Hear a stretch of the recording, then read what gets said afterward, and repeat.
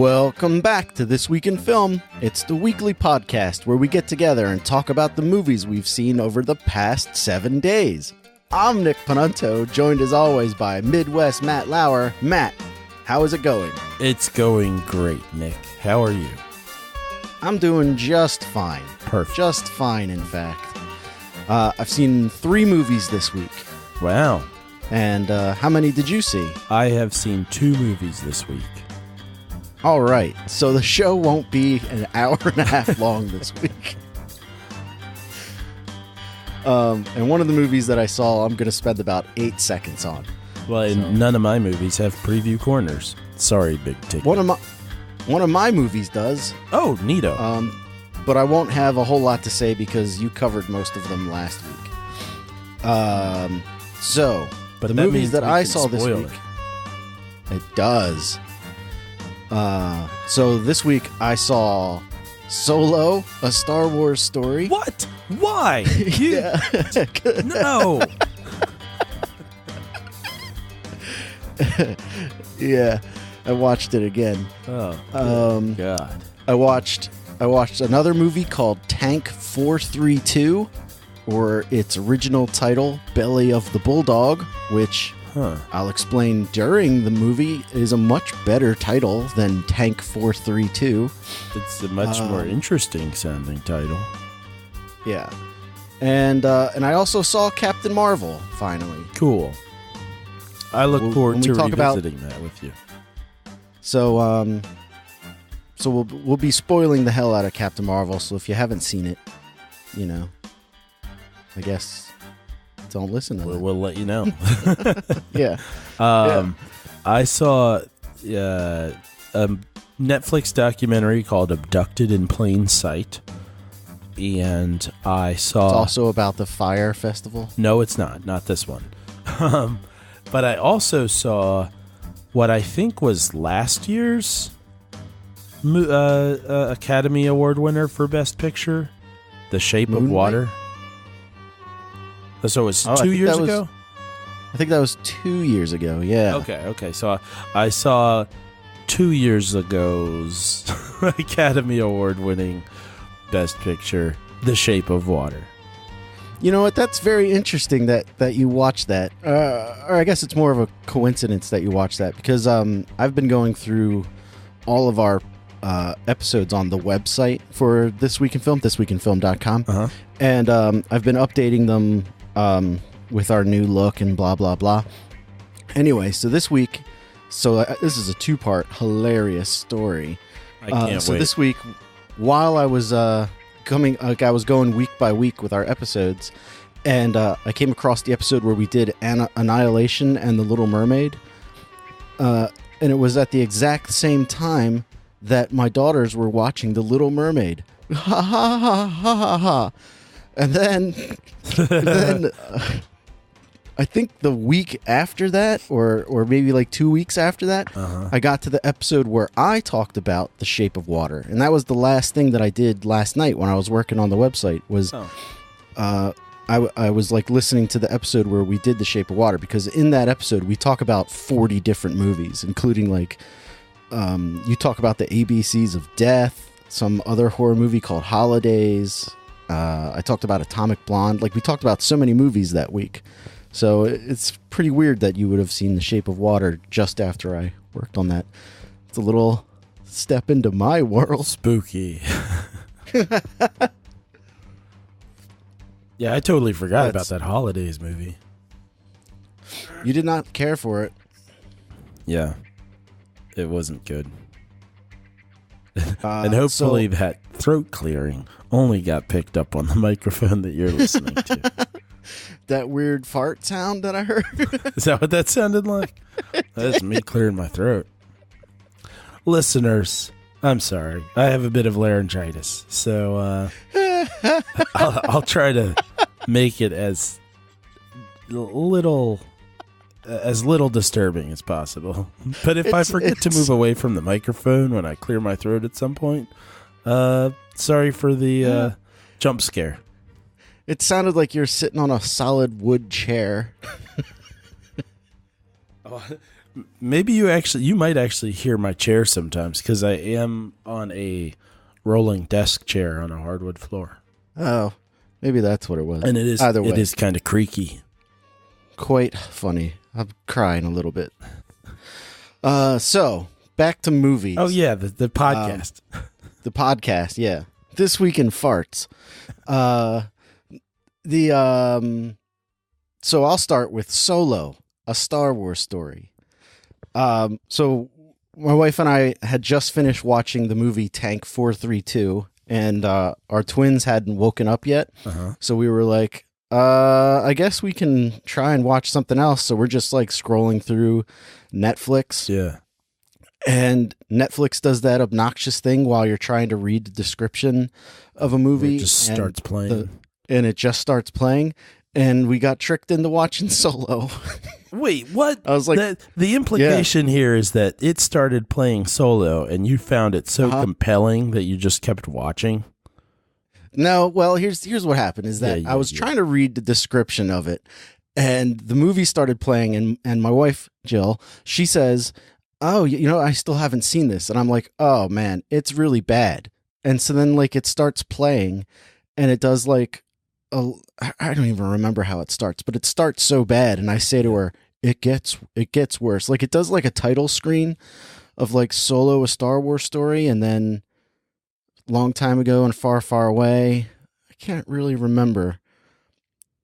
Anyway, and I'm like, it gets much worse. And it does. It's such a boring movie. It's so boring and so utterly forgettable. Oh, yeah. And it thinks it's fun. It does think it's fun. It thinks it's the funnest thing. Yep. I will say this, like this is my second time watching it. I've only seen it the one time in theaters and then this time. I don't hate it as much as I did the first time I saw it, but it's so bland. It's so bland and so boring. And I will say that the guy who plays Han Solo, what's his name? Alden Ehrenreich. He does grow on you. As far as being like a Han Solo character, like I kind of like him as the Han Solo guy, and I feel like he did a good job with the material he was given. But once he got his acting coaching, I guess, and like because they had to have someone like help him learn how to act. Yeah, he's okay, but like the shoehorning of everything that is Han Solo in it is just so infuriating. Like the everything with Chewbacca is disgusting. Like the fact that he speaks Wookiee for no reason at all, like all this stuff is just so ham-fisted and obnoxious. It's just so I know I've said it 100 times, but it's just so boring. It's a movie you want to punch in the face. Like at one point my wife is watching it and she goes, I know I'm supposed to care about what's going on right now because this is exciting and there's lots of visual effects and like the Millennium Falcon's getting sucked into like a black hole or something. And she says, I know I'm supposed to care about what's happening right now, but I just don't. Oh, I'm going to be saying that about a movie today too. This is just so boring. Mm-hmm. And I'm like, you're right. You're right. It absolutely is. It's just so boring. And all of these characters are gonna live. Like, nothing bad's gonna happen to Han Solo and Chewbacca. So like pretending that making it seem like they're gonna die or like they might not make it or that Chewie, like at one point Chewie goes to help these other terrible looking Wookiees while they're on like the robot planet or whatever, when they go to steal the MacGuffin, and like Chewie leaves and they're like, he left, he's not coming back, and you're like, well, of course he comes back. He's in all the other Star Wars movies. Don't waste my damn time with wondering if Chewbacca is going to come back. It's just like a bunch of that. And then my wife made another excellent point about Han Solo, and she says Han Solo seems like the kind of guy who doesn't care about anything. And that's what makes him a compelling character in like the original trilogy, is that like as the movies go on, he does start to care about the people he's with and things like that. Like he develops like a conscience and like wants to help the rebellion. And in this movie, he just like cares about everything. Like the scene where Woody Harrelson gives him the gun, his blaster. And I look at my wife and I'm like, are you excited? You finally got to see the backstory behind Han Solo's blaster? And my wife goes, Han Solo seems like the kind of guy who goes through a blaster a week. Right. Like he doesn't have like physical attachments or emotional attachments to physical objects. And I'm like, you're absolutely right. Yeah. You're absolutely right. And that's like a lot of what this movie gets wrong. And we go into it a lot deeper on our previous Solo episodes, so you can go back and listen to those. But that's really all I got to say about it. Speaking of the blaster thing, I was just saying, I never thought that was a key feature of his. You know, like Chewbacca's crossbow gun seems kind of unique to him, but Han Solo's blaster just looked like any old laser revolver that you could pick up. Yeah, anywhere. it's just like a gun that there's probably 1,000, 1,000,000 of those guns lying around the Empire that he just picks up while he's like running around. Yeah, and he never does anything with it to show that like, oh yeah, it doesn't name it or anything like that. Yeah. But you said that you didn't hate it as much as you did the first time. I feel like if you go back and actually hear your original review, you I think you said almost exactly the same stuff you did this time. Really? I hated it. I hated it, but I'm pretty sure that when you reviewed it, you were like, it was all right. It wasn't anything special. There was a lot of crap crammed into it, and I didn't really like that. Yeah. As I was saying earlier, I was going through our old episodes. I found the episode where we are talking about The Last Jedi, and I was hated that. No, that movie, I'm like, it's okay. I didn't really like it, but I got a lot of problems with it. And like, as time has gone on, I've decided that I hate it. like in the post Star Wars afterglow, I was much kinder to it than it deserved. Wow. But you were quite positive on it for the most part. Yeah, and I've soured on the bad parts more. Mm-hmm. Like at this point, I stand by most of the things that I said in terms of what I enjoyed about it. I still enjoy, and the ideas behind some of the other things, like having a plot line that actually doesn't pay off, where like they go to another planet but their mission fails. I like the idea of a mission failing, but that the way it's done, oh god, it's so pointless and bad. Yeah. And like the whole like, hey, yeah, we're here to find this guy with the rose on his chest because he's the only guy that could do what we're looking for. Oh, here's another guy that can do that, and we'll just hang out with him. Like this is bad writing.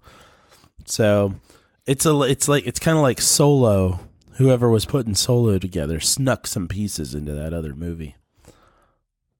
So I was looking at the writer of this movie. Lawrence Kasdan is like one of the writers. Lawrence and Jonathan Kasdan, who I'm unfamiliar with Jonathan Kasdan, but Lawrence Kasdan's the guy who wrote, he definitely wrote Empire. And then I think he wrote like Force Awakens, but he's like a great screenwriter. He wrote Solo? He made this. Yeah. Huh.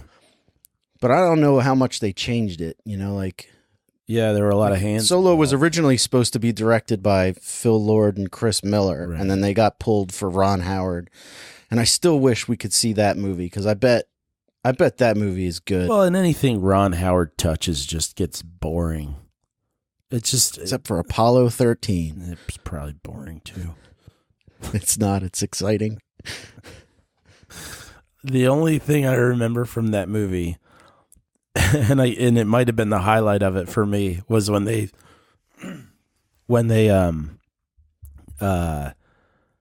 were like, hey, assemble some stuff using, like, they made people MacGyver something. Like, here, you got some duct tape and a lunchbox and a plastic circle. Save the day. And then they're like, we got to make this square box fit in this circle tube. Right. And then they're like, here, we made it. And I'm like, you know what? I want that to be its own 10 minutes of the movie. I want to see what they actually put together there. And that's all I remember about Apollo 13. That's just one of the thrilling sequences in Apollo 13. Okay. A much better movie than Solo, a Star Wars story. Yeah, looking forward to seeing where that falls on your list. Yeah, that's one of the reasons why I let it play too, is so that I could rank it. All right. All right, so you saw a movie. Yeah, I'm trying to figure out which one I should do here. Abducted in Plain Sight or Shape of Water. Let's do a go with Abducted in Plain Sight, and we'll save Shape of Water for the we'll do that for one later. Second. So Abducted in Plain Sight is a Netflix documentary about a girl being abducted, and it kind of starts out with this family meeting another family. So the Broberg family meets the Birchtold family, and this is a true story, I'm guessing, because it's a documentary. Yeah. Okay. And these people they just kind of link up. The two families have a lot in common, and as they start like hanging out and becoming friends and whatnot, the guy in the Birchtold family, his name's Bob, seems to really take a liking to I think she was the oldest daughter, or maybe the middle daughter. Her name's Jan, and he pays a lot of special attention to her. And this documentary, you hear things along the way, and it's a little hard to see it all objectively and really put yourself in the shoes of the people, because you already know that the documentary is called Abducted in Plain Sight. So she's going to get abducted. But the people are even saying like, yeah, he really paid a lot of attention to her. Like, maybe. So I'm sorry if you said it. How old is the girl? Oh no, you know what? I don't think I did say that. I believe she was 10 when this like came to a head at the oh god, I don't want to say at the beginning. I think there were about 2 years that they were friends before things got real funky. Okay. But they're saying, like, even the mom, who probably looks the most gullible in this whole thing, says like, oh yeah, it was a little weird how much attention he was paying to her.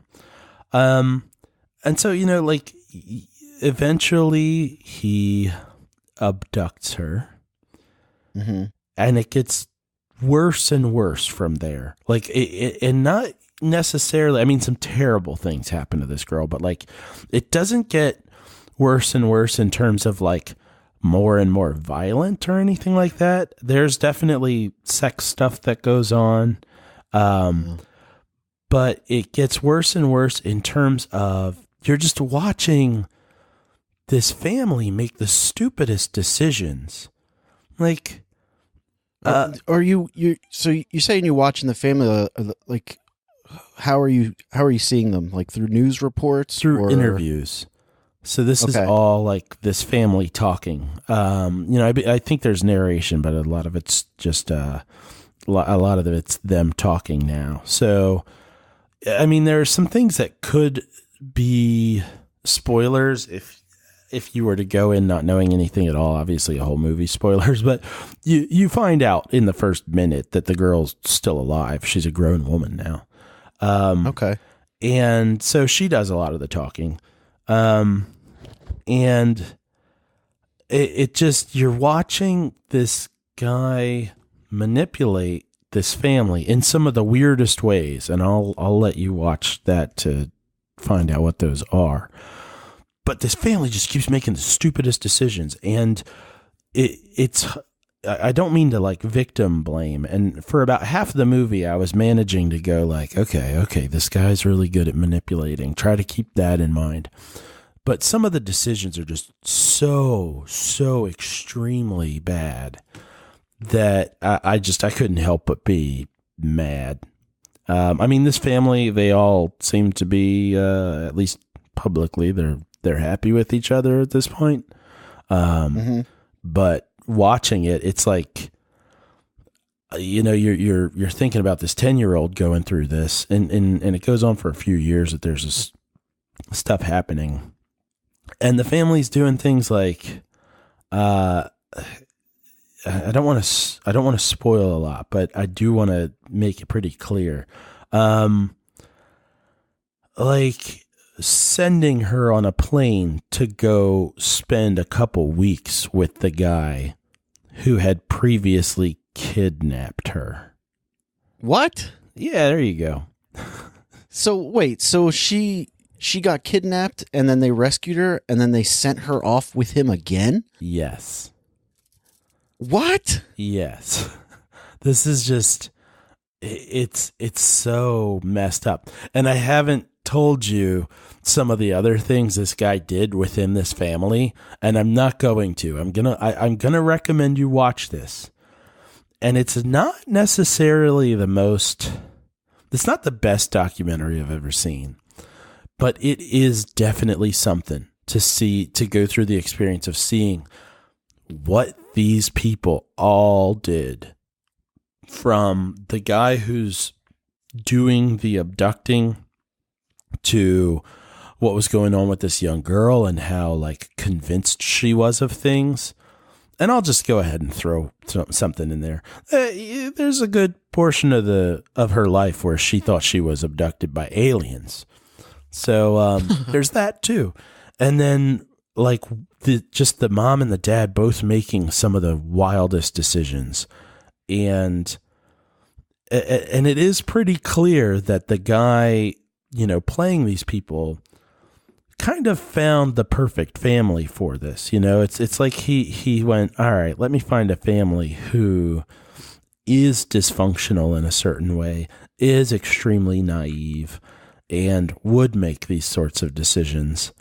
And then he does. And then throughout the movie, you find out like other things he's done too, and just how much this guy's gotten away with through so much of his life. And it's just it's a baffling hour and a half. And, one thing that this movie did that it really didn't need to do, I don't think, is it has reenactment scenes. And it's like Rescue 911. It's not quite as bad as all that, because it's just imagery underneath the narration. But it is kind of like that. And nobody looks like what they actually look like when you're also seeing pictures. Like there was actually, for the first minute, there was or maybe the first 2 minutes, there was the first time that they did one of those scenes that I was like, I thought this guy looked different. Because I thought it was home video footage. And then I realized they were showing a bunch of other stuff, and I'm like, yeah, I'm pretty sure there wasn't a home video camera there while the girl was being molested. So I'm going to assume this is a reenactment. When was this taking place? I want to say like 75 to 79, right. Something like that. I know that at least some of the events took place in 1977. So okay, yeah. And you're also getting to see a bit of the investigators and the position that they're in with these people. Like, have you ever seen the movie The Informant with Matt Damon? Is that the one where he's fat? Yeah. No, I didn't see that one. Oh, okay. Well, the people investigating in that movie are in a very weird position because of the ways that he's behaving. And they're like, oh, God, we're trying to help. What the hell's going on here? And this is like that to a much more important, with much more important stuff and in real life. And just to an infuriating degree where like this FBI agent's saying like, we're trying to tell these people what they need to do to stay safe, and they just won't listen. So anyway, I guess there's not much more for me to say. It's so fucked up. There are so many turns that you can't really see coming because you just wouldn't expect them to be real things that people would do. But I think it's worth watching for that. And I think that's really all I have to say about it right now, unless you have any questions. I would recommend it if you're into, documentaries or crime stories, or if you just like kind of having your expectations exceeded. Okay. It just sounds more infuriating than anything. Definitely infuriating. Definitely. And probably more so if you're a parent. Yeah, that's one of the things. So we had an incident at our house recently where some guy came into our house while I was in so I was like changing my daughter into her pajamas. My wife was in the I'm in her bedroom and my wife is doing the dishes. And all of a sudden in the hallway of my house, I hear what the hell was that noise?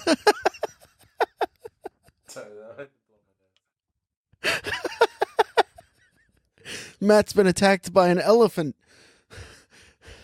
Sorry. The great Chicago elephants. You were saying you heard a noise. Yeah, I heard a man's voice. Doing the reenactment of the event as you're telling the story. I heard a man's voice in the hallway of my house, and I was like, what the hell? Yeah. So, I hear him say something, and then I hear my wife say something else, and, I run out into the hallway. Yeah. And I'm, ready to, tackle this guy. And then I realized that it's just an old man who thinks, our neighbor runs a daycare. Yeah. And he got the houses confused. Okay. But in an instant, you didn't realize how vulnerable you were until, that moment. Right. You know what I mean? Yeah, the fact that somebody could walk into your house. Somebody just could have walked in or just grabbed one of the kids and ran. Yeah. And we would notice, I know we got a lot of kids, but we would notice if one was missing. And, and so you're just the violation that you feel, even though it was a harmless accident. Yeah. But and then you start thinking this guy clearly hasn't been to the house before. The lady runs a daycare out of her house and people are coming and going all day long. Yeah. Which is fine. But I guess it was his first or second time doing it. But he just walked in. You didn't knock on the door of an unfamiliar place. You just walk in. That's a little strange. And I'm I mean, if things if things didn't go that smoothly, he could have been seriously hurt. Right. Yeah. So it's if you had just walked upstairs and seen a dude standing there without any sort of kind of cue beforehand. Yeah. So I mean, that was a terrifying moment purposely in my life. Spooked Nick before. And I recall one instance very clearly where I think I was in the hallway, and as he walked by, I stepped out and went boo, and he punched forward. And he didn't actually reach me, but he held his fist out for a good 2 solid seconds.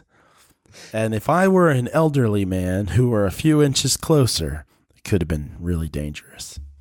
Yeah, I'd have taken you down, old man, Matt. Do you remember that? No. No, okay. Was it in my apartment? I feel like it was in my apartment. I think it was, yeah. Yeah.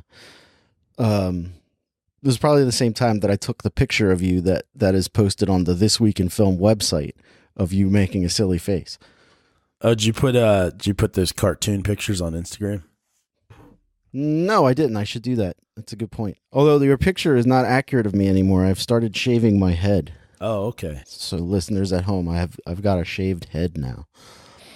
Hooray. So when you see a cartoon picture of us, just ignore his. I've assumed my final form. The metamorphosis is complete. Yeah, I've finally given up completely. So Yeah, abduction stuff is terrifying and exploitive. So watching this movie is not on my high list of things that I want to do. Oh man. But I definitely think I'll check it out. Yeah, is it long or is it quick? No, it's pretty quick. I mean, it's not super intricate, so it's such that you could probably, like, you know, if you had mail to go through or something like that, some sort of task you needed to take care of, that would be a little tedious. This would probably be a good movie for that.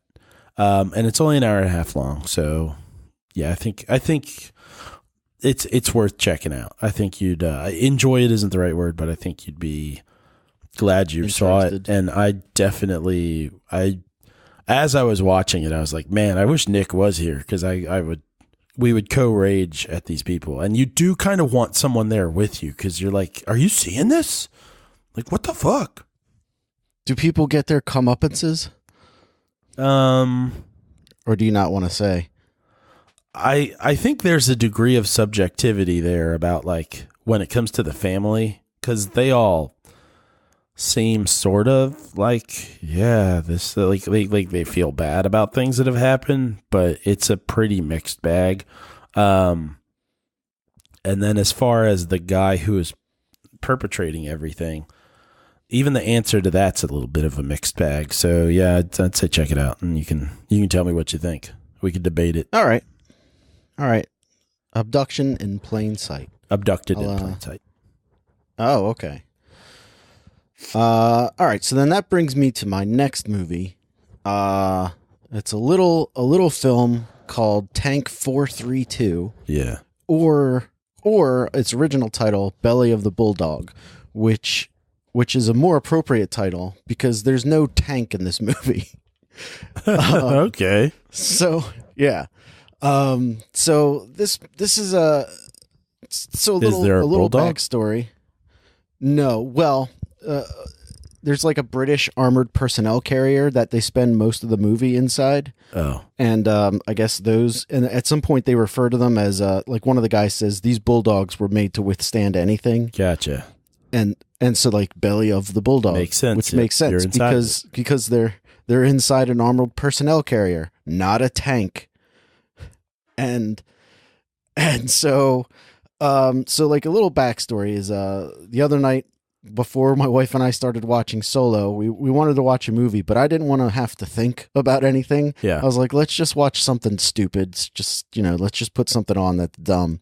So my wife went to some website, I think it's called Netflix Roulette. And like she hit the button a few times and she came across this movie and she looked it up on IMDb and it has a score of 3.4. Ooh. And I was like, sold. Let's do it.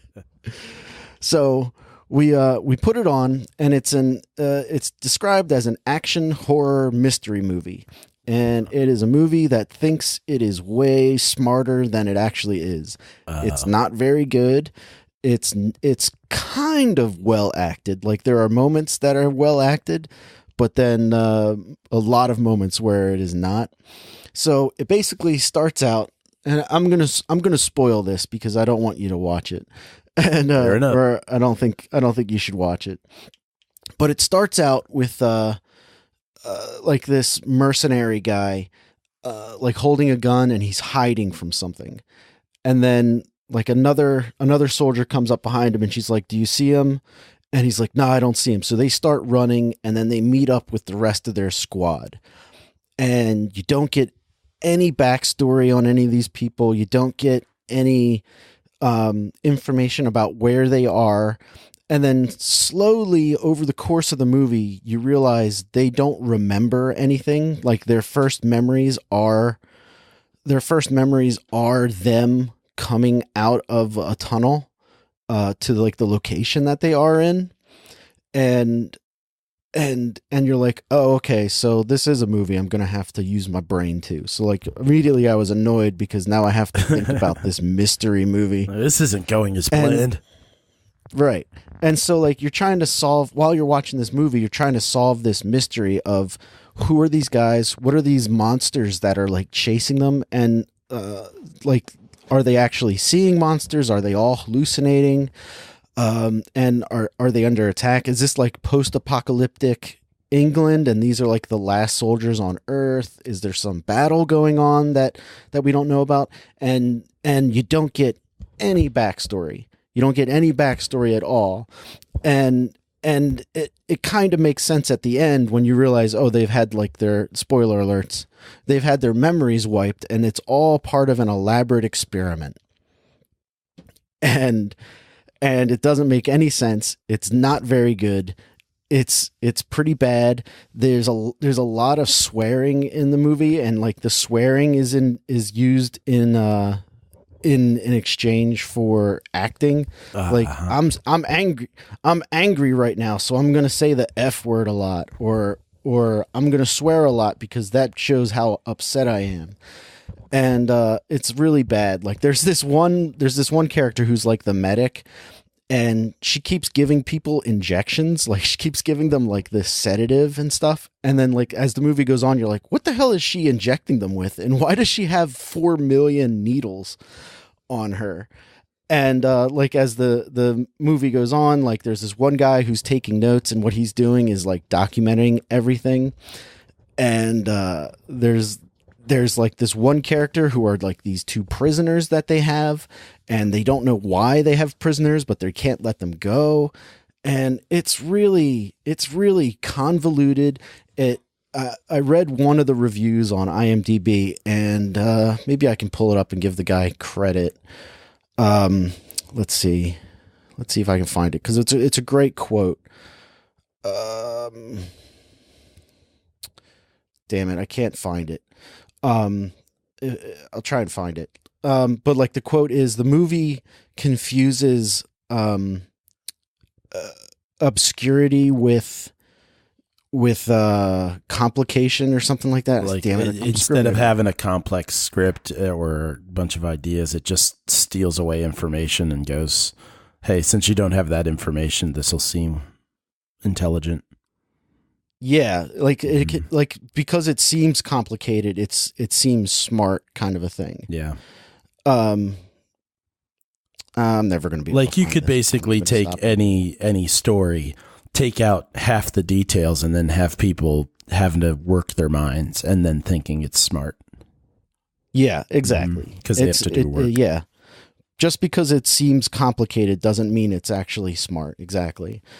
And so then they're stuck inside this armored personnel carrier for like the way time progresses in the movie is very confusing. Like you don't know how many days or nights they've been inside this tank, but they all run out of water pretty quick, but that's not a problem. There's this one scene where one of the characters has to poop, and he's like, I gotta take a shit. And they're like, they can't get out of the tank, because if they get out of the tank, the monsters that are near the tank will get them. So they break the door. They break the door lock. Like they lock the door by breaking the handle. Doesn't make any sense. And so then like the one guy climbs to the front of the tank, or the armored personnel carrier, and then like tries to fix it. And then he's like, well, I got to poop, so I guess I'll poop. And then they show him pooping. Ew. Like you literally see shit fall. No thanks. Yeah. And you're like, oh, I didn't need that. Like, I didn't need that at all. Like, that doesn't help the story in any way. And then 2 seconds later, he looks outside the window of the tank, like, because he hears a noise, and one of the monsters is there, and he falls and like gets shit all over him. And you're like, this is unnecessary. This doesn't add anything to the story. It's not funny. It's not fun. It's not scary. It's just disgusting.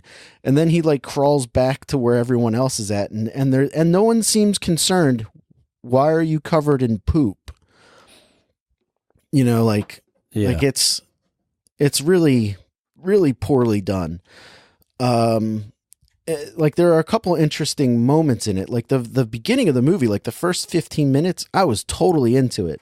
I was like, this is cool. Like, cause you think you've got an interesting mystery, and you don't. like you think everything's going to build to some greater story, or like, like the story development's going to lead to something more interesting, and you'll figure out why all this stuff is happening. And so like I got really invested in it, and then you realize, oh, they got no clue. They got no idea what's going to happen. It does. It's pretty disappointing, because the first 15 minutes you're like, oh, this isn't so bad. Like this is kind of fun. I want to know what's going on.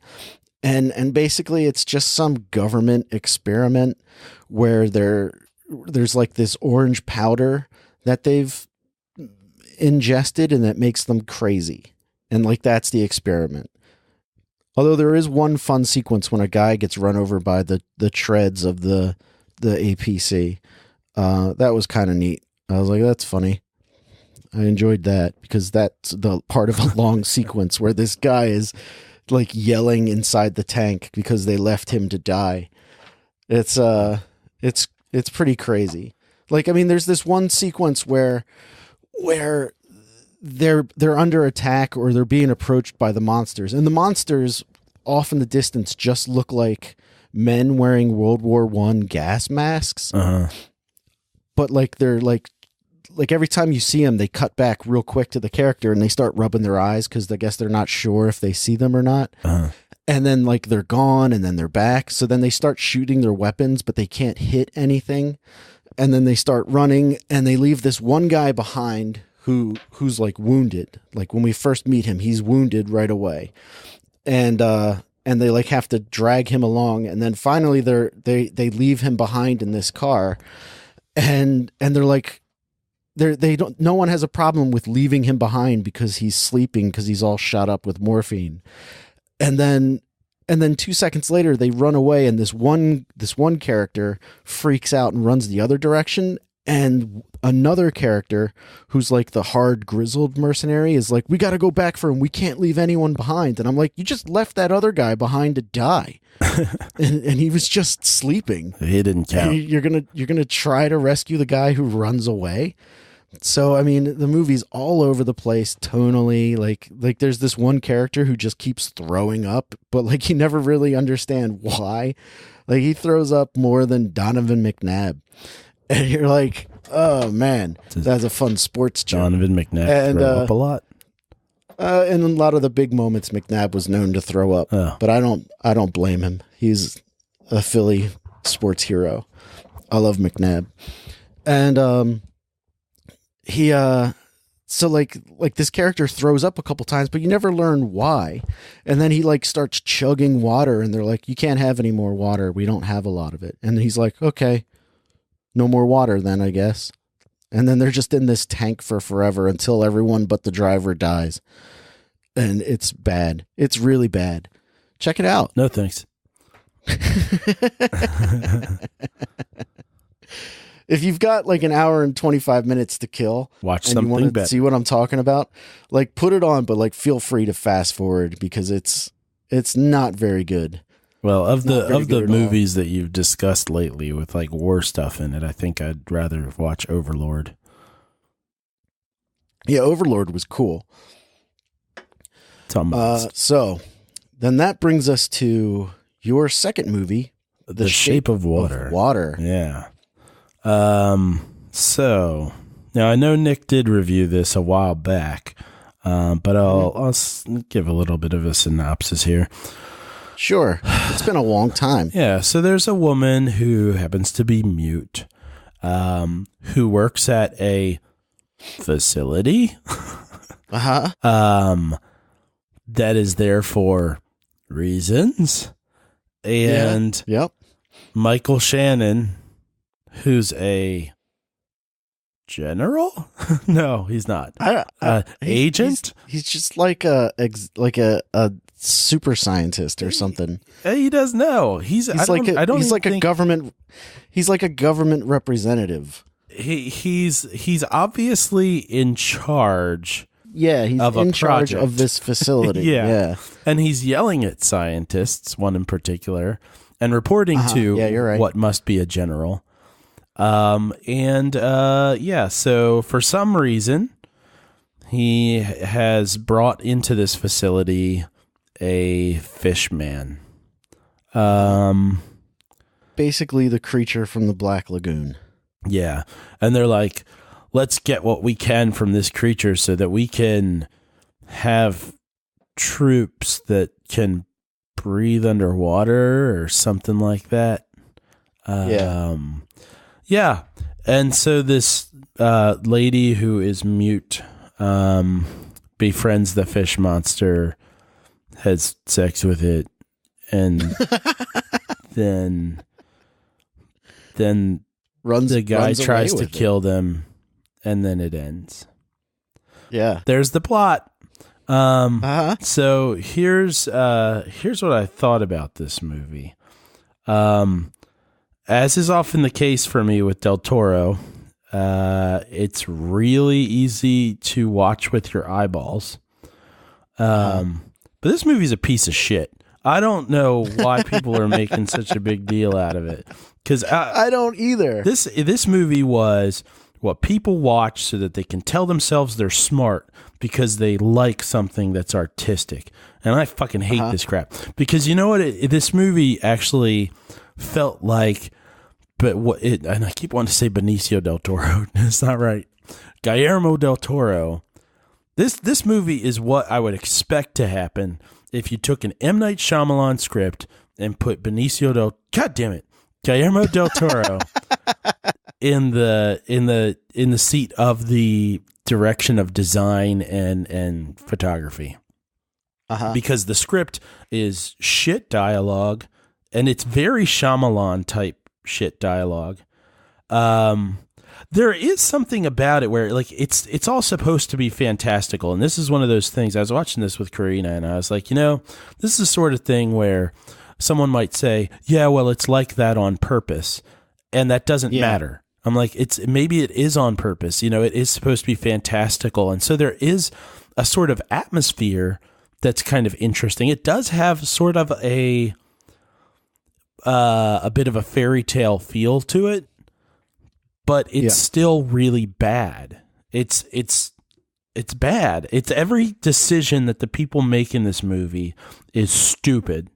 They decide that they need to hold, so they steal this fish monster, and for whatever reason assume that nobody's going to figure out that she has it in her apartment.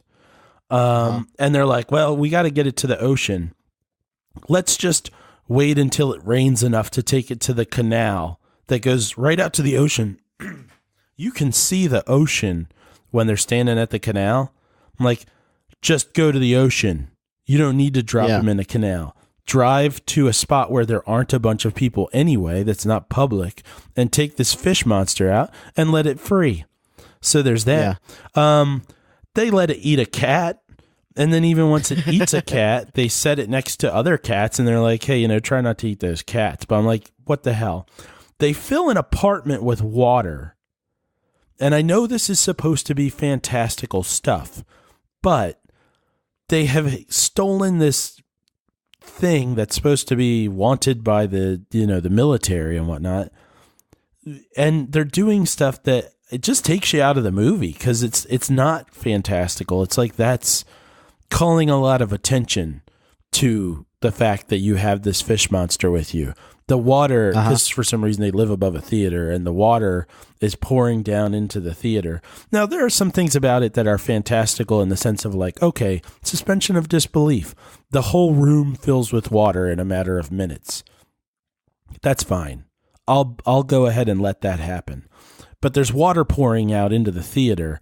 There would be people addressing this, and they have someone yelling at a guy in the hallway, like the superintendent of the theater, the owner of the theater is like, hey, there's water pouring down here. But there's not like anyone coming to fix it. Right. And it just kind of happens. And this one guy opens the door and all the water pours out, and they're like, hey, we're done having sex now. And it's like, oh, well, the water just must have dried up after that, I guess. God, it's so stupid. The movie, I will not at all. I don't have any problem at all with what I think are the themes in terms of like people who can connect with each other as sort of like outcasts in a way, and being free to like, love whoever you love, I got no problem with that at all. I'm just like, do it well. And this movie does not. And it's one of the problems I have with this is she's supposed to be falling in love with this fish guy. And it's just not selling me on it at all. Like, I'm like, this fish, she's like, oh yeah, the way he looks at me is so like, he really gets me. He really understands me. He sees me as a whole person. And then like, I'm like, I don't really remember I don't remember the fish guy looking at her that way. And then a few minutes later, she doesn't see the fish guy look at anyone else to see if that's how he looks at everyone. Well, and then a few minutes later, I get to see how he looks at her, and you know how he's looking? Like he's a fish. He's just staring around. He doesn't have expressive eyes or anything. He can blink, but that's it. And I'm like, this is not working. Like, this is not. And I'm not a fan of Titanic, but I'm like. I could go for some Titanic romance right now because this is just not doing it. Oh gosh. And then, and there were just lots of things that the movie did that didn't make sense. Like, for instance, when they first introduced this monster, the guy gets there and he's like making this big announcement, like, "Yay, we have this giant, this creature that we found. It's a huge discovery." And then the woman looks in the tank and he's like, "Get these people out of here." And I'm like, "'Cause it's a secret? You just literally announced it to all of them."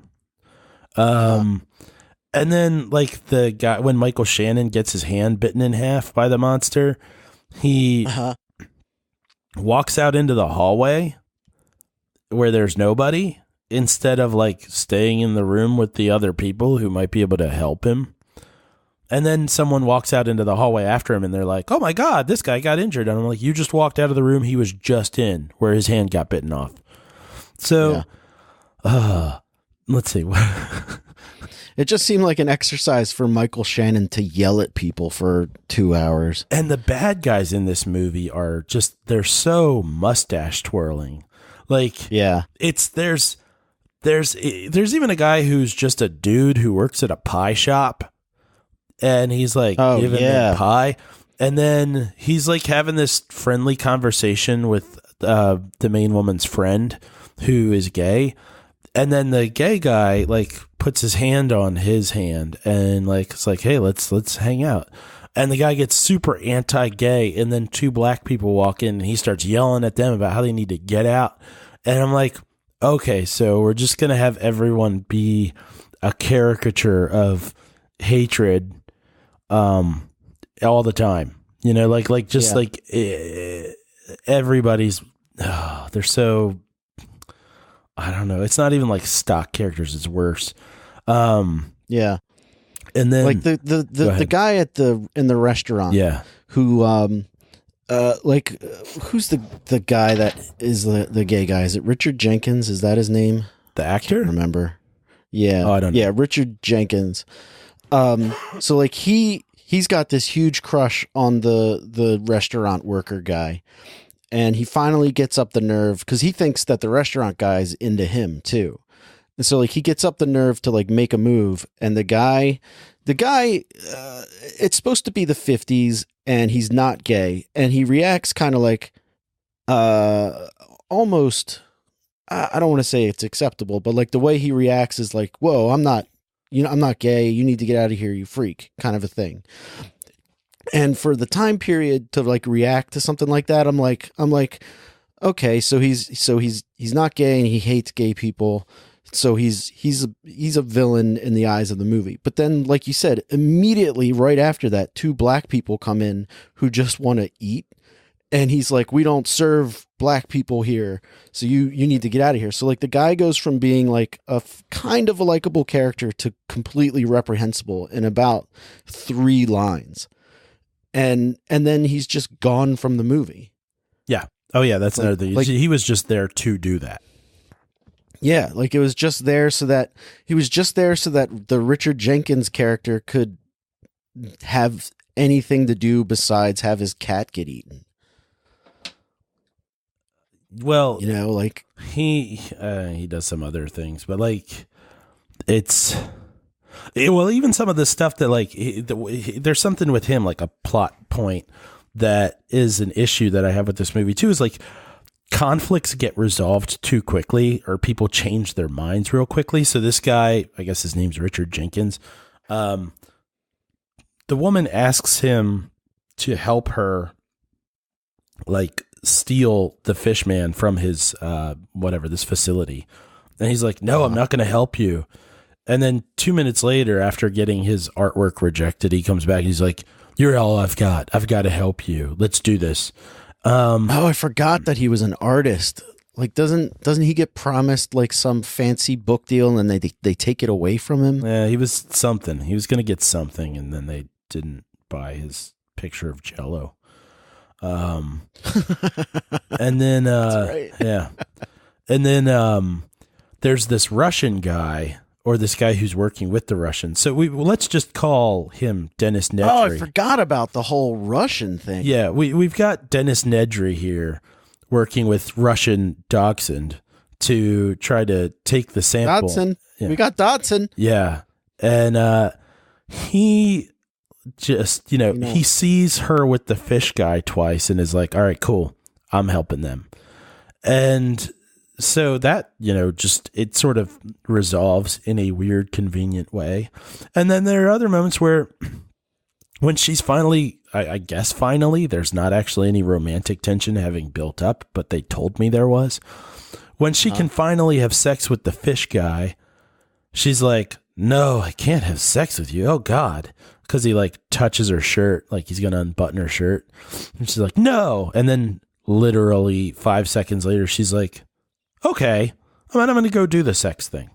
And it's just not handled well. And this is the problem with this movie, because it's not a super long movie, but it is 2 hours.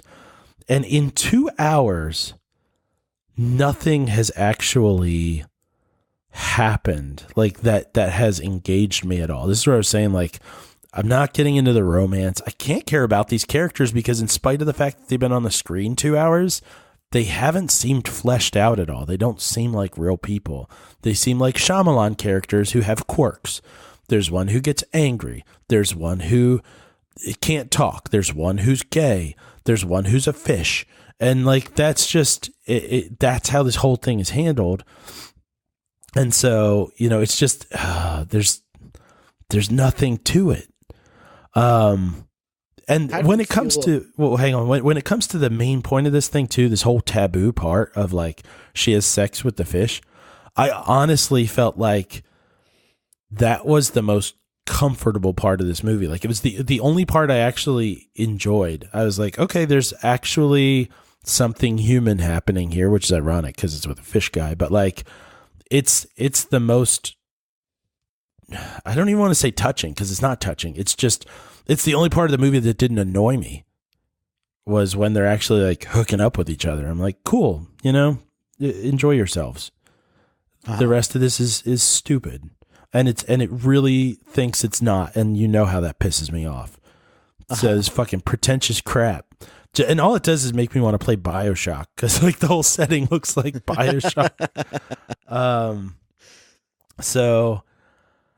Yeah, and definitely some of this is like how Shyamalan like it is, but also that it got Best Picture of the Year. And yeah. I don't put a lot of stock into the Academy Awards, but if you are going to say something's the Best Picture of the Year, don't just do it because you're trying to seem smart, or in this case, probably trying to seem, I don't know, tolerant or something. Like, this is one of those movies that it's like made in the style of a 1950s B movie. And that's what the movie is. It's a B movie from the 50s, but made today. And like, if you look at it from that point of view, I'm like, all right, it's accomplished its goal. It's still not very good. It's visually very good. It's visually great. But this is like, yeah. But like, this is one of those movies that wins the Best Picture because it's like a nod to old Hollywood. Like, Hollywood loves to to compliment themselves on the way things used to be. Mm-hmm. And that's what this movie, I think that's why this movie did so well awards wise, is that it's like, hey, this is another one of those, like the movie The Artist. Like I liked the movie The Artist. I thought it was really good and really well done, but I didn't think, I can't remember what else was out that year, but I didn't think it was the greatest movie I'd ever seen. I was like, this is just pretty good. It's, you know, like a fun silent film, but like I think it won Best Picture because it's a throwback to old Hollywood. Like this is the way they used to do it. Isn't this exciting? Isn't this a grand look back at how things used to be? And just because you're you're that doesn't mean you're good. And at the end of it all, when both of the main characters are supposed to be dying, I don't care at all. It hasn't done a good job. You know, does she die? Is that the implication? Is that she died? No, they live, but for a moment they're supposed to be dying. I actually went into this movie. She turns into a fish monster, right? Isn't that the idea? He touches the scars on her neck and they turn into gills. Right. And yeah, and I couldn't care less. It's just, oh man. And I wanted to like this too. I was like, cause I'm like this with the Del Toro movies where I'm like, I want it to be good cause they look cool and he's supposed to be a cool guy. But no. Yeah. Well, and then with it being so gorgeously shot, there's also really nice music in it. I enjoyed the music. Again, I wanted it to be good, and it really didn't do anything. Just for isn't. Me. And I kind of like you were saying before. Actually, I was saying this to Karina. Now you were saying that people could take a movie and just hack stuff out of it, and then have it seem complex. And I was like, if you take the plot of this movie and you don't put a fish guy in it, it's nothing. So you could probably take any movie and be like, hey, let's take one of these characters from this crappy script and make him a fish monster or something strange, some kind of alien or something. And then there's some sort of commentary that's being made and it seems like it's really saying something. And I'm like, yeah, but if you take that out of it, this movie doesn't have much to offer. And if it were ugly, like, I don't care how, old the people in the Academy are. If this movie weren't shot beautifully, people would just be like, what's this crap? Yeah. Mm-hmm. And that's my final word on that. Yeah, I don't disagree with much of what you said. So check it out. Yeah.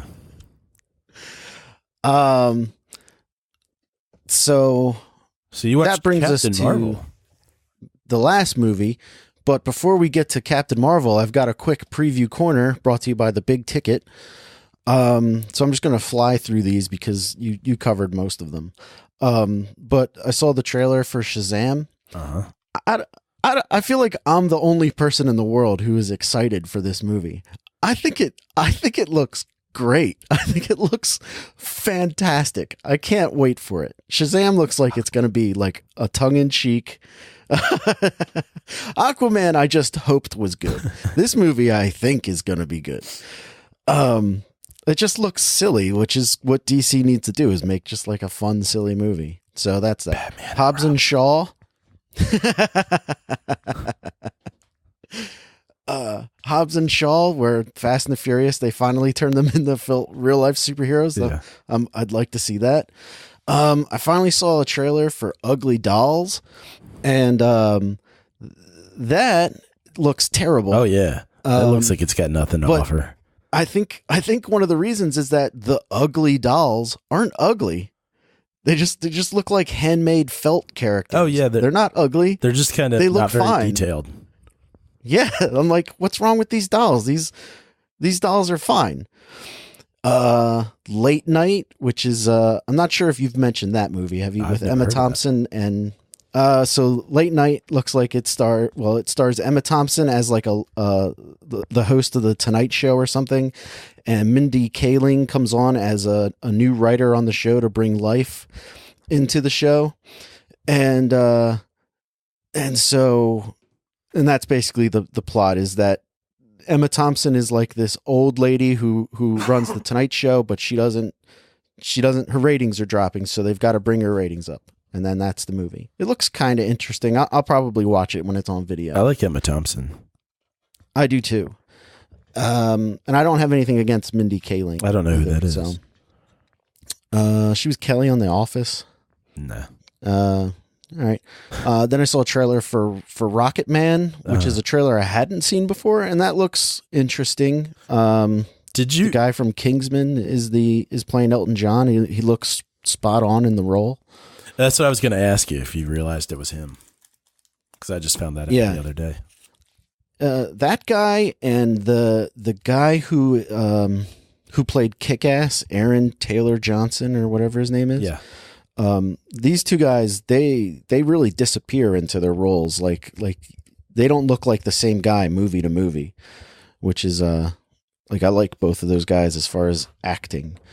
Then I saw a trailer for that movie Long Shot, which you had talked about with Seth Rogen and Charlize Theron. Yeah. And I like it. I kind of want to see it. It looks like a fun Seth Rogen kind of movie. And I like most of the Seth Rogen stuff, so it's up my alley. Trailer for Frozen 2, and I'm going to stick to my guns and say that the secret of that movie is that the Anna character has firepower. So we'll see if I'm right about that.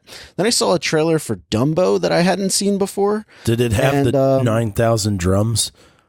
Like the action music sound? I don't remember, but this one had like kids giving Dumbo a magic feather and then like some lady flying on Dumbo's back.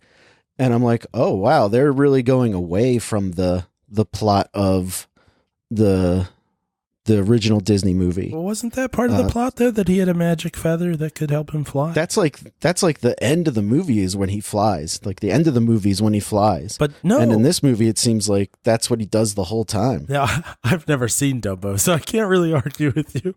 But I thought the story was that like he could fly when he had the feather, and then at the end of the movie, he realizes his ability to fly was in him the whole time, and he didn't actually need the feather. Well, now I don't remember. Like what you said sounds correct. Yeah, and then there's the scene where he's flying around with the woman on his back and he starts breathing fire like a dragon. You remember that, Nick? Come on. So those were all the trailers. Then there were some commercials. One for the Cinemark Movie Club, which I guess is like Movie Pass. Yeah. But it was obnoxious. It was like some couple on a date. And it's just nowhere near as fun as the Carmike things that we used to see. So Carmike across America. Right. So this episode is going to be a little long because listeners, you get a little story here. So Nick and I, we used to go to the movie theater a lot. I mean, it's Delaware and we're kids. What else can you do? And neither of us were into like drugs or anything. So we just went to the theater. And we got so used to the introduction movie, the like clips and whatnot, and I'm pretty sure we made this decision together without speaking that one time. So there'd be this advertisement for Carmike, and you're like flying around in space and whatnot. And then they go, well, like Nick just did it, where they're like, Carmike across America. And then there's this guitar solo that's like, and Nick and I just started wilding out like we were playing air guitars when that happened one time. And then every time after that, no matter how many people were in the theater, so it was good times. And we did that so many times. And I can guarantee that if I were to hear that clip, my body would start going into air guitar mode without even thinking about it. Yeah, I gotta try it. That's got to be on YouTube somewhere. So there was that commercial, and then finally the Coke commercial that I got to see was the. I hope I don't sit in nacho cheese where they jump from character to character. So I caught the tail end of one of your Because I Can Diet Coke commercials. Was it the one where the woman's so mad at Neil? The office guy? Yeah. Yes, it was. Screw you, Neil. Yeah. I was like, oh, I wish I had caught the whole thing because it was like before the trailer starts. So I don't know if that counts as part of Preview Corner. It was just like the commercials they just show at the movies now. Oh, well, the angry lady with the giant can was usually before the actual previews, like right before it. Oh, okay. Oh, then I missed it. It was like during Juliana Margulies or whatever the lady who like does the before the movie show. Yeah. All right, so that was Preview Corner. Captain Marvel, directed by Anna Boden and Ryan Fleck, starring Brie Larson and Samuel L. Jackson. Larson. I gotta say, I completely agree with you from last week. It's pretty okay. There's really not much for me to add. As far as overall, I feel like the end of the movie's kind of a mess. And I didn't care for any of the cat stuff. I didn't like it at all. Like it didn't work for me. And especially like the Nick Fury being like, "Ooh, who's a good little kitty cat? Who's a good little kitty?" It was a little forced. Didn't do anything for me. Like I know it was out of character for him, and like that's the joke. Yeah. But I'm like, it's not working for me. No. But I know it was working for some people in the theater because they were cracking up. Like I didn't hate it, but I was like, this is like the jokes in Deadpool or the jokes in Ant-Man that fell flat for me, where you're like, oh, this is what it's like when it doesn't work. Yeah. I did like the mystery of the movie where you're like trying to figure out who she is. Yeah. Or she's trying to figure out who she is and stuff. And like, that was kind of cool until it's just like, all right, now you know everything. Oh, my memory's back. Great. When the third act takes off and like she goes to the little girl and she's like, can you help me redo my costume? That's fucking insane. And the little girl's like, yeah, I know Zeke technology or whatever that's called. Sure. Yeah. She redesigns the outfit. She like knows how to like, with her like her arm, I use iPad. Photoshop. Yeah. I use Photoshop, and going into like altering colors for anything is terrifying to me. And she knows how to adjust the color scheme on this uniform. First off, why does this uniform have this ability? Right. and two, how does this girl learn how to do it in 3 seconds to the point where she's like, I want the centerpiece to be gold, but this part to be blue, and then this part to be red. But not this part. This part will be like, she just swirls her fingers around it. And it's like, all right, got my new costume. The end. Like she has been doing it for years. Yeah. She's like, I can't wear these colors anymore, but I'm going to keep the suit because it's really convenient. Oh, that's another thing is, the suit like lets her go, like breathe underwater and breathe in space. Yeah. But like during the climax of the movie where she's blowing, I think that looks pretty cool. I was like, that's kind of neat. But like in the climax of the movie where she's flying through space, she doesn't have the mask on. And I'm like, why doesn't she have the mask on? She can't breathe in space, can she? Because at other points she does have the mask on. And so that's just like a little hole that I didn't care for. And then I couldn't tell if they had the same actor playing Ronan the Accuser as they did from the Guardians movie. So I need to look that up, which is, research I should have done before the show. But you said you didn't care for Annette Bening? No. Is that right? No. I thought that she was okay, but a waste. Like I didn't mind that Annette Bening was in the movie, but I thought this is a waste of a character. Like it feels like that they cut out a lot from this movie. Uh-huh. Like this movie feels like pretty chopped up, and there's like a longer cut that features a lot more Annette Bening so that her character actually matters. Yeah, you can feel editing all over the movie. Yeah. And it's not bad. It's not a bad movie. It's not great. But I liked it. and when I left the theater, I was like, yeah, it's pretty okay. It thinks it's better than it is. Yeah. Well, I've got a couple questions for you. Oh, please. So first, what by the end of the movie, how much do you feel like you actually have a sense of Captain Marvel's actual character, like who she is, not just in terms of having solved where she came from or anything, but like really like having a feel for her? Well, I mean, like everything you know about her character, you get in the first 3 minutes of the movie when she's like joking around with Jude Law. She's kind of a smart ass and she's cocky. And then like she doesn't really develop from there. Right. She's just like a cocky smart ass. And then like as she learns her past or as she learns her past and learns that the last 6 years of her life have been a lie, she's just kind of like, oh, neat. All right. I guess my personality is the same. Yeah. All right. Next question. Yeah. Uh-huh. How'd you feel about the action? The action I thought was pretty good. It was fun to watch. I don't like how powerful they made her. Like especially at the end when she takes off like the restrictor plate that's on the back of her head that I guess she never noticed was there.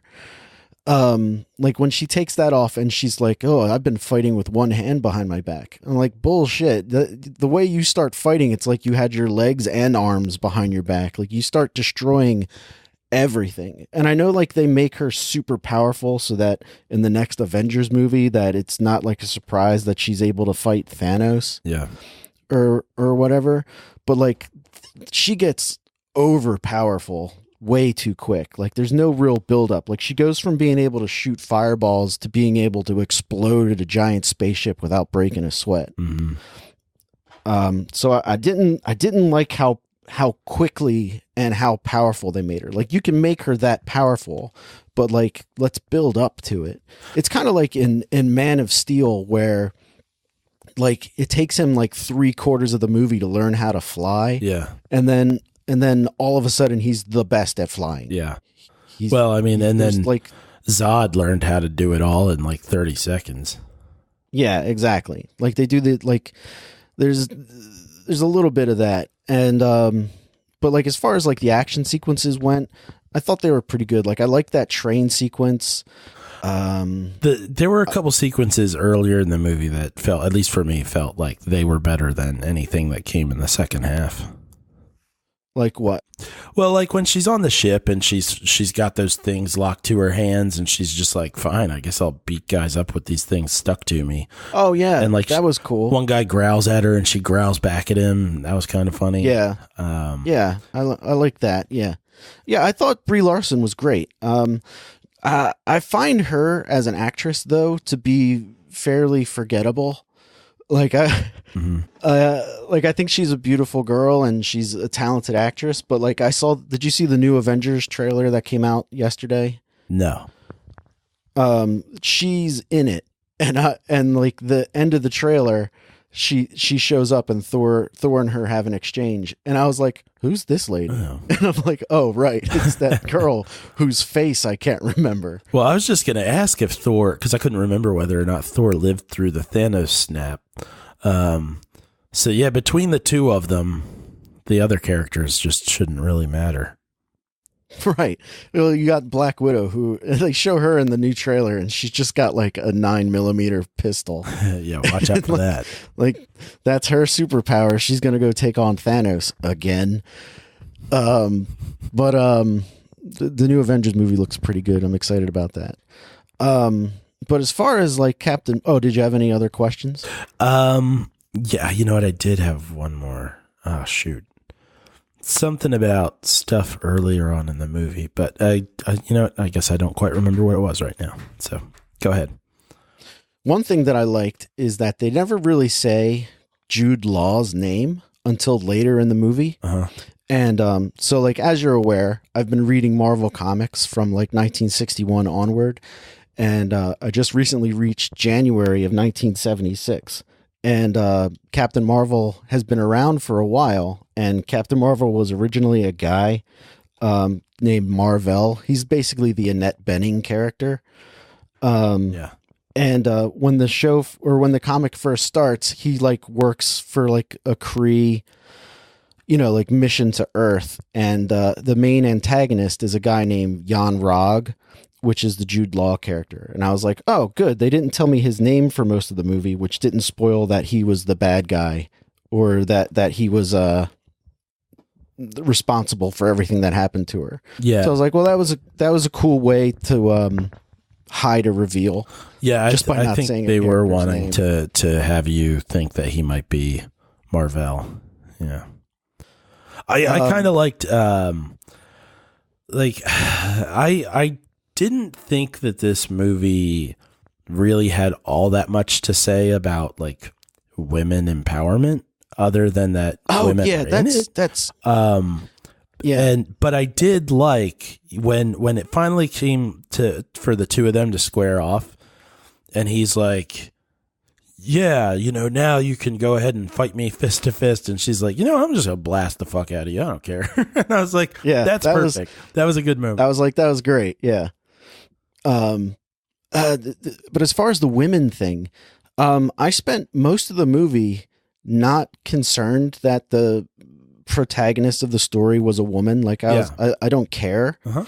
But the movie kept it kept trying to make me care. Like, hey, this is a girl doing this. And I'm like, yeah, okay. I don't care. Well, I don't care that it's a girl. She's still the hero of the movie. You don't have to keep, like, they do that one sequence where the No Doubt Just a Girl song comes on.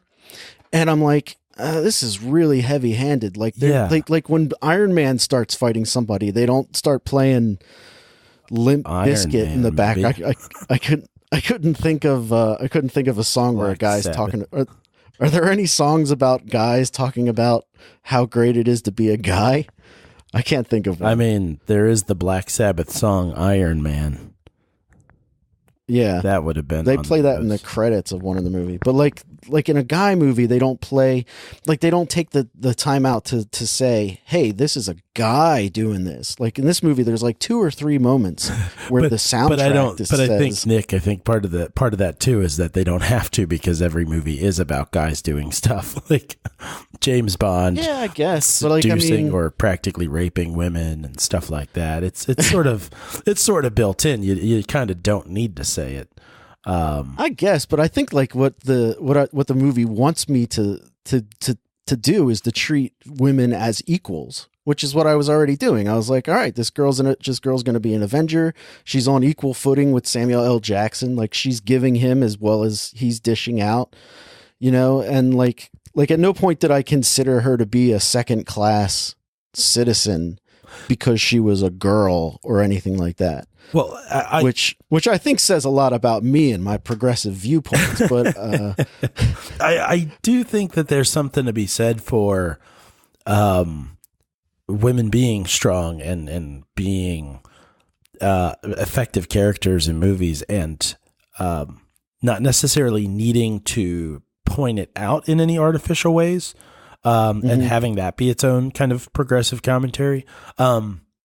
And I could see there being movies that are specifically about that too. This movie for me just kind of felt like it didn't know whether it was about that or not. Like the movie itself is pretty fine, and it I mean, it's pretty solid just as her doing her thing.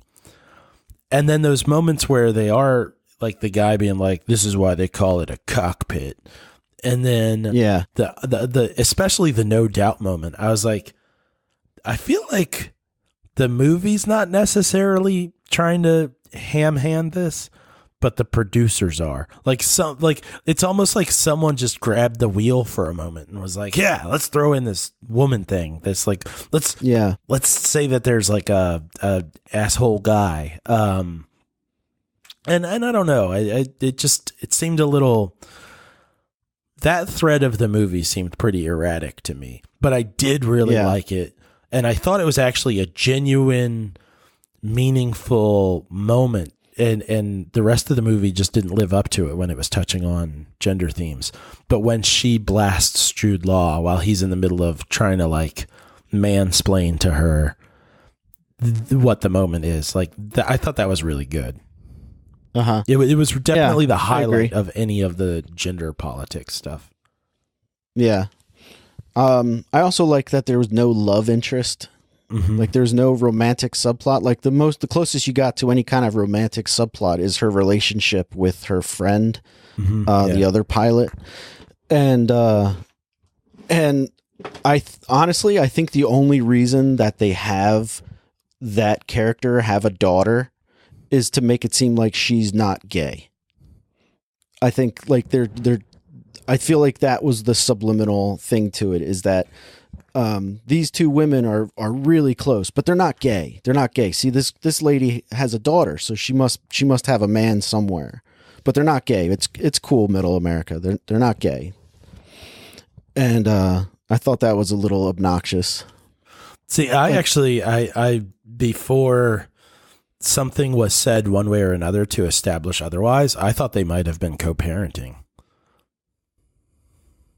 Oh, yeah. Like there was a while where I was like, oh, I think they might be a lesbian couple. And then I don't know what was said at what point later, but it became clear that like, oh no, this is a platonic friendship. And I was like, oh, okay, guess not. Yeah. And if it did end up being something like that, like I'm like, I don't care. I still don't care, you know. It would have given me some more reason to feel like when she's leaving, something's been connected to more than that they spent a couple days together. Because Captain Marvel's like, I'm sad to leave. And I'm like, are you? I understand why your friend would be sad because she's been missing you for 6 years. But are you really that sad? Yeah. And also, the Skrull science guy is able to turn that Harrier jet into like an interplanetary spaceship in 3 hours, but these people can't seem to escape the Kree. Well, I mean, the technology's kind of erratic too. I mean, she does call space from a payphone. Yeah. Well, she went to Radio Shack. Right. Yeah. Yeah. She got a talk boy, hooked it to a payphone, call space. All right, that's all I got to say about Captain Marvel. I think it was good. It wasn't great. It definitely wasn't bad. It's really well made and well performed. But I got issues with it. I'll be curious to check in with you again in like a week or so and see if your opinion of it has changed at all. Because I feel like I like it, even though I'm making fun of it pretty hard. I like it more the further I get from it. Okay, yeah, we'll check in with Captain Marvel Corner next week. So then that brings us to, remember when we said this was going to be a short episode? Yeah. that brings us to our movie ranking list for the week. Oh, crap. If you're unfamiliar, we are ranking the movies we've seen over the past year, and they've got to go on the list somewhere, and they can only be better or worse than other movies. And once it's on the list, it gets locked into that spot. So Matt, where would you put your kidnap movie? Let me see here. The Abducted in Plain Sight should go. Let's see. I started from the bottom because I was putting spoiler alert. I was putting The Shape of Water in place. I am going to put Abducted in Plain Sight between Dragons 3 and Bird Box. Oh, okay. Actually, you know what? No, it was better than that. I'm going to put it above Dragons 3. Above Dragons 3, but below Harry Potter 2. Yep. And how many stars would you give it? Oh, I would give that, let's go with 3 stars. 3 stars. And then here's a new question that I'm going to ask because it's one of the things on our Letterboxd page that they want to know as we review the movies. Did you like it? That's a weird question. Would you for click this movie? Would you I put click thumbs up? the heart? There's like a heart button you can click where you can like a movie. Yeah. And would you click like? Yeah, sure. I would do a thumbs up on it. All right. And then The Shape of Water. Yeah. That's going to go in between Glass and Trilogy of Terror. Glass, worse than Glass, but better than Trilogy of Terror in the new 36 spot. Yep. And it's getting 2 stars, and those are all for how it looked. And the negatives are for how bad it is or whatever. And in comparison to how great it thinks it is. You said 2 stars, and I'm going to say thumbs down. You did not like this movie. No. All right. Now we come to me, and the movies that I talked about were Solo, a Star Wars story. Blech. And that is going to go above Robin Hood, Prince of Thieves. I'm going to give this movie... Oh, I feel like I already ranked it. I'm going to give it 1.5 stars. Mm-hmm. And I do not like this movie. I do not like it. So it gets a big N. What would you say then I watched the 1.5 stars? The 1.5 stars. It's really nice to look at. I do like the guy who plays Han Solo. I think he does good. Woody Harrelson, I think, does a good job in the movie, even though I can't. Every time I see Woody Harrelson, I'm like, I don't want to talk to you. But I'm always, but like by the end, I'm like, yeah, I don't have anything against him. I just find him off-putting. But like every time he's in a movie, and I'm like, you know what? He wasn't so bad. So in this movie, he's not bad, especially with what he's given to work with. It just feels like in every movie he's in, he says, I got a job lined up with some criminal. I feel like that's everything that he does. Mm-hmm. But yeah, cool visuals, half decent story. I'll tell you one thing though, is that when it gets to the Darth Maul thing at the end of Solo, because I forgot that Darth Maul is still alive. It's almost a shame that this movie did so poorly that they're not going to follow it up. We're not going to get any kind of closure on the Darth Maul storyline, I bet. So that'll be interesting to dream about, I guess, because I hate the Darth Maul character. And then when he showed up still alive, I was like, you got to be kidding me. Have they kind of canceled the idea of doing spin-off movies? They put everything on hold, I think, to see what happens after episode 9 comes out this year. Gotcha. And then what was the other? Tank 432. I'm going to put that above Mrs. Claus in the new number 39 spot. Bless you. Thank you. Tank 432. And I'm going to give that 1 star. And I did not like it. And then Captain Marvel, I'm gonna put that. Let's see, above Bumblebee in the new number 17 spot. Above Bumblebee, but below Mission Impossible 6 Fallout. Huh. And I did like it, so I would click like. Oh, I got to say stars. That's the wrong button. And I would give this movie 2.5 stars. Maybe 3. Yeah, 3 stars. I said it at 2.5, but I'd bump it up to 3. Yeah, I'd give it 3 stars, and I did like it. And yeah, maybe you're right. Like maybe with some time behind it, I'll like it a little bit more than I did. The movie definitely wanted me to like it more than I did. But she got way too powerful, way too quick. That really bothered me. All right, Matt. This show is now longer than last week's show, which is insane. Anything to plug? Nope. All right. Check out thisweekinfilm.com. Find out anything you want to know about the show. But I guess if that's the end of the reel, we'll see you next week in film. Thanks for listening.